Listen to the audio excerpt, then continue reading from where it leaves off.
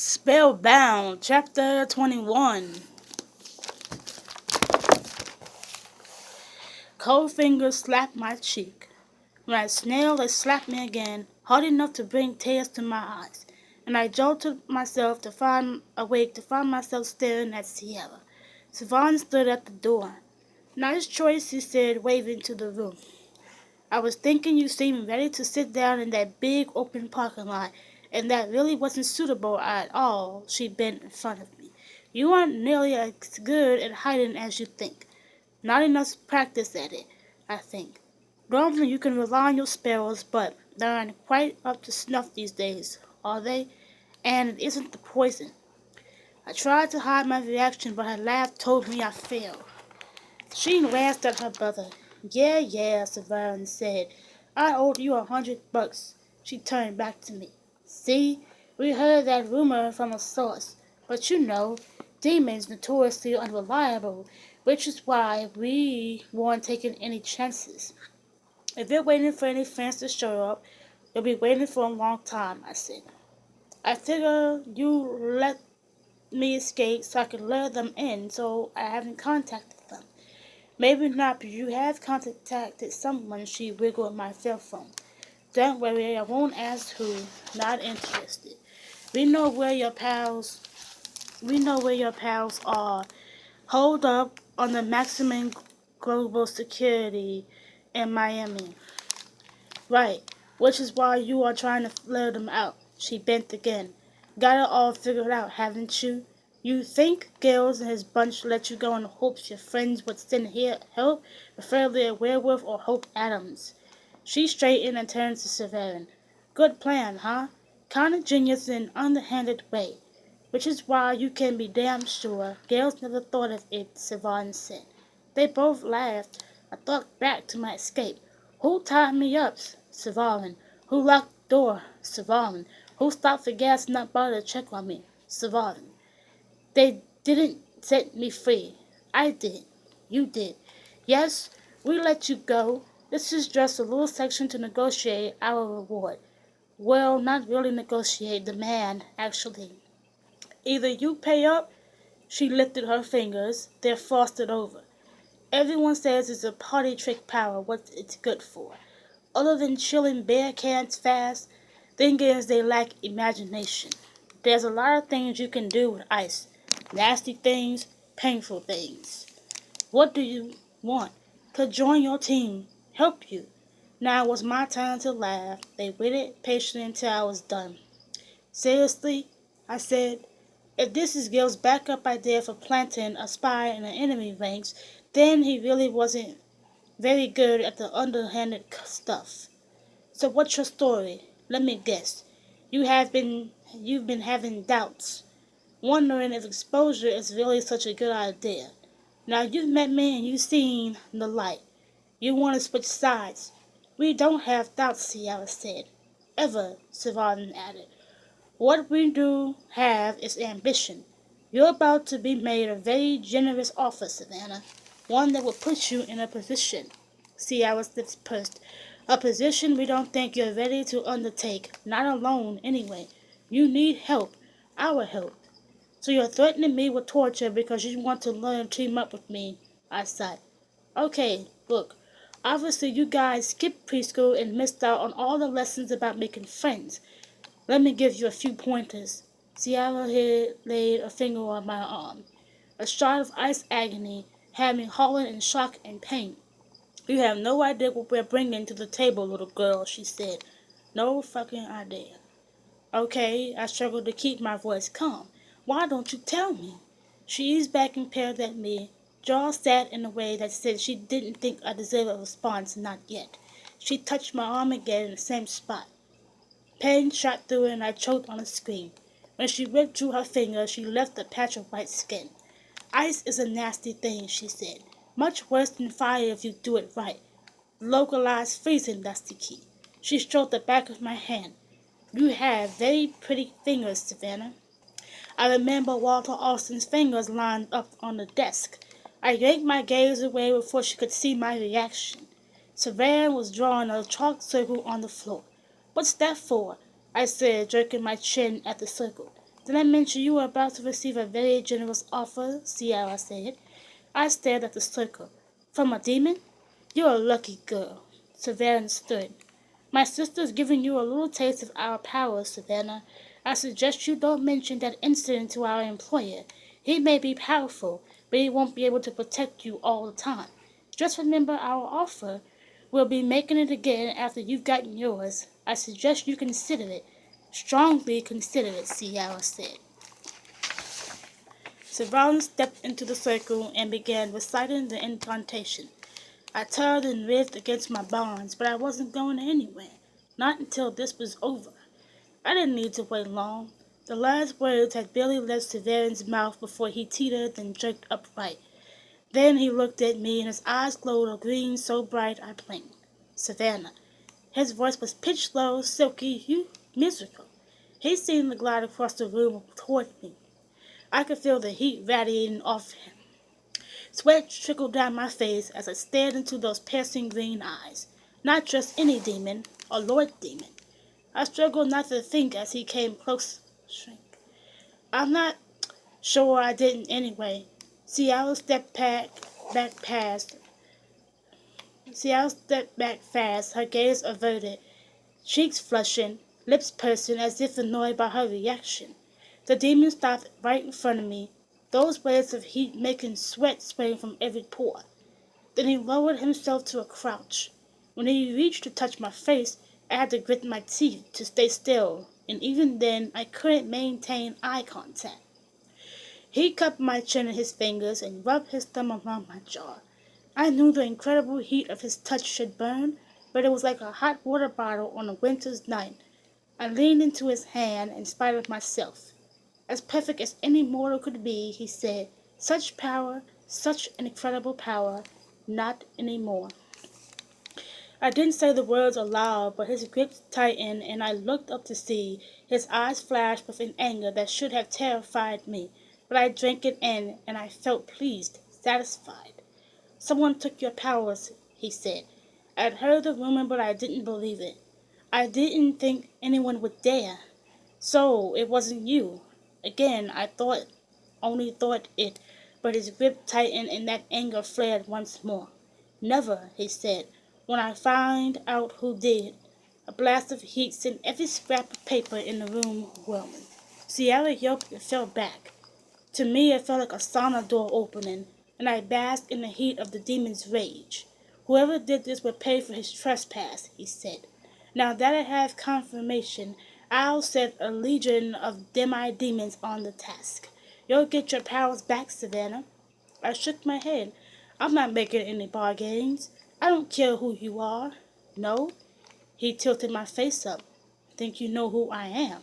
And if you do, you know that I never tried to bargain with you.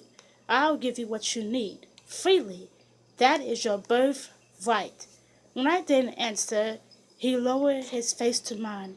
You do know, Savannah. I know you do. Who am I? Balaam? Yes. He kissed my forehead, and when he pulled back, I felt the burn like a brand on my skin. He crouched before me, his face level with mine. I'm not here to make bargains, Savannah, but I am here to ask for something. I need your assistance in helping you achieve your birthright, the kind of life you deserve, which is not a life spent hiding. All supernaturals are superior to mere humans, you know that. We have gifts. So do many humans, intelligence, wealth, strength. It's what you do with them that counts. True, Balaam said, but what do you plan to do with your gifts, Savannah? Hide it? One of the most powerful supernaturals in the world, working as a receptionist? How does that feel? He leaned closer. They've made you think it's a worthy calling, but you know it isn't. You know you should be more. And I will be, someday when I've earned it. They really have brainwashed you, haven't they? You have earned it, Savannah. By your very birthright, you've earned it. Now it's time to seize it. You understand what I'm talking about, don't you? I spoke aloud now. This supernatural liberation movement, you want me to join it? In a way, you'll join and you'll let these people do the work. But you'll risk in the rise in the ranks with Sierra Savannah at your back. And when the time comes with my help and theirs, you will push past these lazy supernaturals and reap the benefits, which I'll share with you. He hunched ears back on his haunches. Yes, I would benefit by having my offspring leading the charge. But I have children other than your mother, Savannah, and a dozen grandchildren. You're the one I chose, the only one. He smiled. Because I also have witch and sorcerer blood, and I'm very, very well connected. He smiled, and very, very perceptive, which I expect, as I do not expect you to leap at my offer now. Stay with your friends. Think on what I've said. When the time is right, his head snapped up. I believe we're about to be interrupted. Sierra squawked something, but the lamb ignored it and touched my cheek again. Think of what I've said. You deserve better, my child.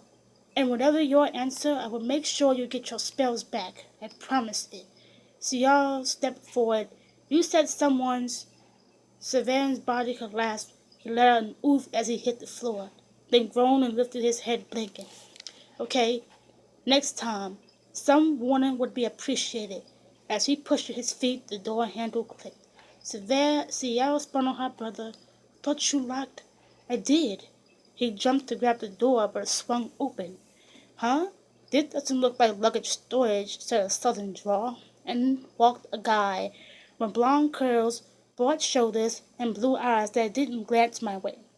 It's not luggage storage, Savannah said as he and Sierra moved in to block me from you. Now, if you would please leave. What's this? He bent to examine the chalk circle. This isn't that devil worship stuff, is it? You kids really shouldn't play around with that. Savannah reached for the intruder's arm. The guy grabbed his instead and whipped him clear over his shoulder and into the wall. Hi, Clay, I said. Clayton Danvers, Elena's mate. The Alpha's bodyguard, the Pack's enforcer. If I had to be rescued by someone, Clay will top my list. Took you long enough, I said. You're welcome, he said. A rescue operation, I presume? Sierra moved over beside me and reached out, fingertips icing over. I believe we have a standoff. Nah, Clay said. He lunged and grabbed Sierra's arm so fast she let out a yelp. He threw her across the room where she landed beside her brother, who was struggling to his feet. This is a standoff, Clay said. He grabbed the rope on my hands and yanked, and it snapped like thread. I bounced up. And this is a fair fight, he said. Sierra snickered. No. Hate to break it to you, but your girl there is spell free these days. I know. Otherwise it wouldn't be fair at all. Savannah flew at Clay, who caught him by the shirt front and wiped him across the other wall. My mistake, Clay said as Savannah slid to the floor. Apparently it's still not fair. He tossed me the rope. I take it you're still able to tie knots? Sure. I knelt to bind Severin. As long as I kept out of the way of his hands, I was safe. Same for Clay, who went after Sierra. She washed up faster than her brother, stayed out of Clay's reach, which left them dancing around each other, lunging and missing as their opponent spun out of their way. Sierra could have run, but she didn't even look at the door. We had her brother, so she was staying. Finally, Clay tired of the game when she charged him, hands outstretched, he lifted his right arm to block. She grabbed it. Her fingers frosted. He didn't even flinch, probably because an old zombie scratch had left the area insensitive to pain. With his left hand, he grabbed her around her throat. One good squeeze and she let go of his arm and started kicking and punching and struggling.